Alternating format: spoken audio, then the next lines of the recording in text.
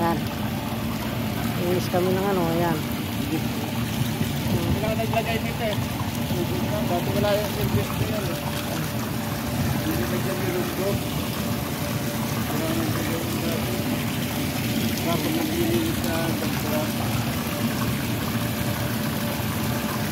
Kailangan pag nilinis yung filter, mabugaan din sa lahat yun kasi dami ng ano, dami ng balahibo ng ano doon sa loob.